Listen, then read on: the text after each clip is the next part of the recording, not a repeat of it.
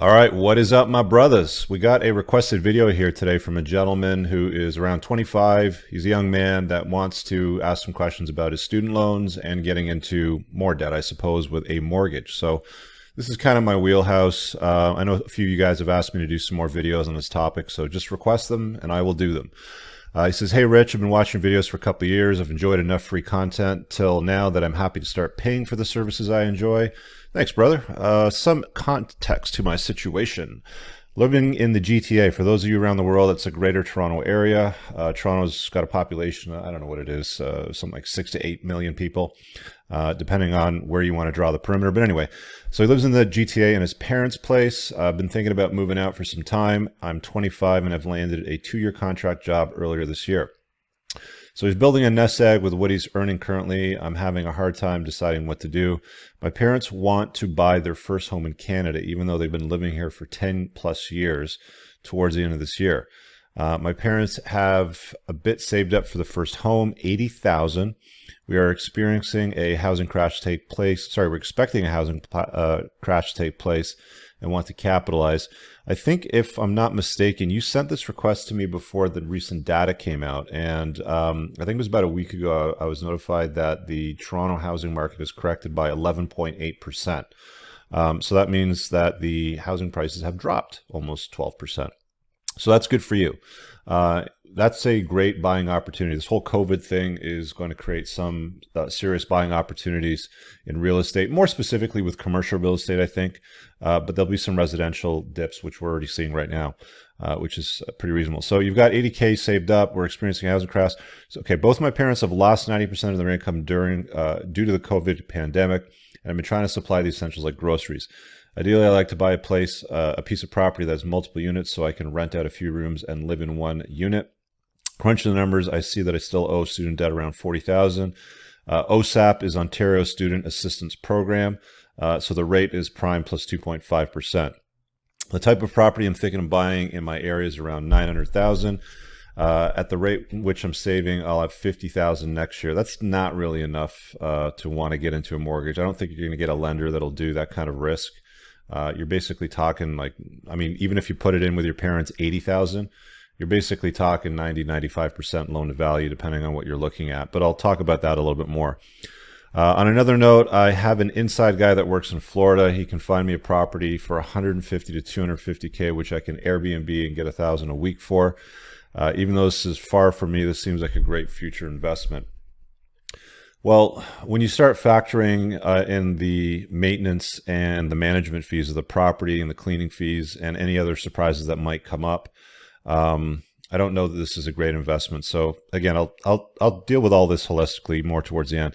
So in general, when do you recommend moving out? I've heard mixed answers, as some people say stay as long as you can to save up. Should I commit myself to a mortgage if my current job has a contract of 2 years? To summarize, here's a couple of options I have. Continue living with my parents and put all my money to paying off my student debt and move out later in life when I'm a permanent employee. Put all my money towards the down payment of the property near me and use the rental income to pay off my student debt. I'm risking the fact that I will be employed after 2 years as company is downsizing. Continue to live with my parents, pay off student debt, student loans. Man, these student loans, they really screw you guys over with these days. And wait till I have enough to buy a property outright in Florida. Use that income to build enough wealth to buy a house in my area. Do you see any other option I'm not seeing?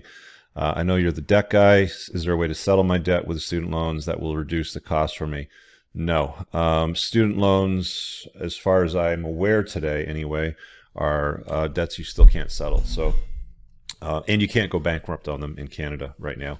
You'd have to be out of school for 10 years and have to be able to demonstrate financial hardship to even go bankrupt on it. So it's really not a question of that. You got 40 grand in debt, you're talking 50 grand saved up, and your parents have 80 grand, and you want to buy basically a $900,000 multiplex unit. So here's what you need to know. Housing is coming down, obviously. So that's reality. So that means that there's a better opportunity to buy. So I'm not typically bullish on housing in general. In Canada anyway, there's not huge benefits to it. Like in the US, you can write off your interest payments against your income taxes. I mean, you can't even do that here. So if you're paying interest on a mortgage, you're paying interest. It's out of pocket. Houses are not the greatest investment, generally speaking. I think it's been broken down and argued, 6 ways to Sunday. So you can go watch a bunch of videos on that.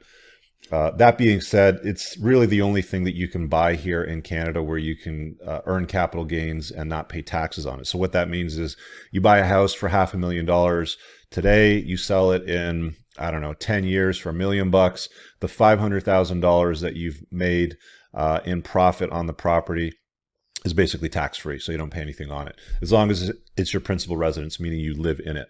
So what I'd recommend you do based on your scenario, because you're talking about creating multifamily residential, which is not a bad idea.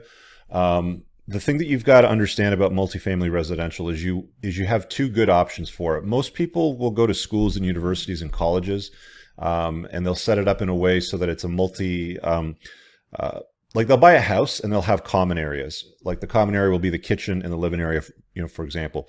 But then they'll go and take all the bedrooms and they'll make those like the individual rented out units. I might rent them out to students for $500 or something like that. And there's 4 or 5 rooms in the house, and maybe they make $2,500, $3,000 a month in rental income. And it's easy for you to throw the person out of the house if that's the case, if there's shared common space.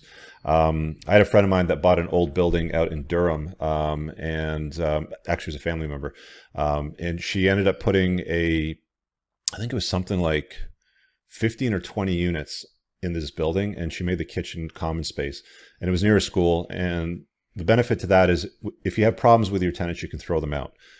Without any landlord tenancy tribunals fighting to get them out. There's no squatters' rights in the wintertime. So if you're looking at doing it near a school, that's the way to do it. In my view today, I would recommend doing it near a hospital, because you've got doctor and nurse interns in there that haven't got to the point where they've got enough money to buy a house. They probably have student debt. But they have good, strong income. They've got reliable income, so it's unlikely that they're going to be laid off. Like even in a pandemic, for example, who's still working today?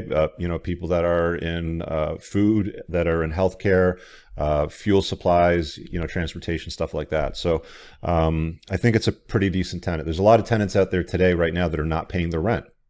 And landlords are carrying the cost of it. So I think that you want to protect your ass at the end of the day and make sure that if you're going to become a landlord, you do it in an intelligent way that's not going to expose you to too much risk. So that's the way that I would do it.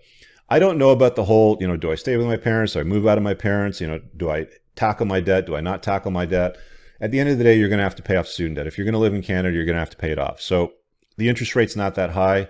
I just suggest aggressively paying it down as quickly as you can and just getting that off your back.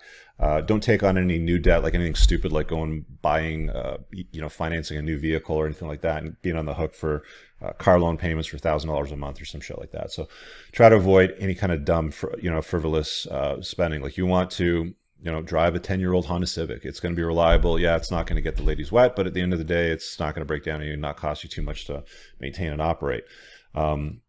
As far as living with your parents, that's entirely up to you, man. Like I know guys that have lived with their parents into their late 30s, and they got along great with their parents, and the parents didn't bother them about, their dating lives or anything like that, and they just kind of did whatever the hell they wanted. I don't think that it's a good idea if you've got too many restrictions on you. I know you're not from Canada. I don't know where you're from. So if there's cultural restrictions on your ability to maneuver and make choices, like if you're living with your parents under their roof, even though they're renting the house, so it's not technically theirs, but if you're living under their roof and they're going to impose boundaries on your life, your ability to maneuver, the choices you make, try to run your life, then I would say no. It's time to kindly tell them to pound sand and get your own place. If you have the ability to do that under the roof and you're okay with that, you've got your own space or some access to your own space, that's fine. As long as you're a high enough value guy. You didn't say anything about dating or getting involved with women. I don't know if where your head's at with that, but your 20s should be the years that you should be experimenting in, women, relationships, kind of relationship you might want to have when you're later on in life, decide whether or not you want to have kids, sort of thing. You kind of want to get your head around it. So don't exclude, your biological imperative as a guy is to spread seed. So make sure that you're not ignoring that part of your life. It sounds like you're really hyper-focused on, buying a house. And I feel like there's too many guys that get really focused on the acquisition of a piece of real estate. And it's fine to have once you've got yourself sorted. but I don't like to see guys get in over their heads and buy houses just for the sake of having a house and saying, I bought a house. There's a lot of people that buy houses that can't afford the houses that they're in. They end up buying something to impress people that they really don't even like, or they don't even like the person that bought the house. And it's just to, like, keep up with the Joneses sort of thing. So just be super careful about why you're doing it. If you're going to do it intelligently, as a multifamily residential near a hospital, maybe with common space, maybe they're fixed units. If you're close to a hospital, I don't think it matters so much for the ease of access to remove people from the property. So you could do individual units, with their own bathrooms and common spaces in the individual units. So, kitchen and living area, stuff like that. It's really with schools that you need to set it up for students so that you have the living space that way. I'd say stay away from schools. So my advice is find a hospital or some medical facility that's busy. Nothing that's winding down, obviously. I don't know where you live in the GTA. You didn't say. But Toronto's growing. It's a very fast growing city. There's always going to be a need for real estate. There's always going to be a need for housing. There's always going to be a need for rental spaces. So take a look at it that way. With respects to your ideas around Florida, I'd say be careful with that. I mean, yeah, you can buy real estate for a lot less in the US. Generally speaking, you want to buy real estate where you're going to earn 1% of the property values per month. So what that means is, let's just use a number like $1 million. So if the house is worth, $100,000.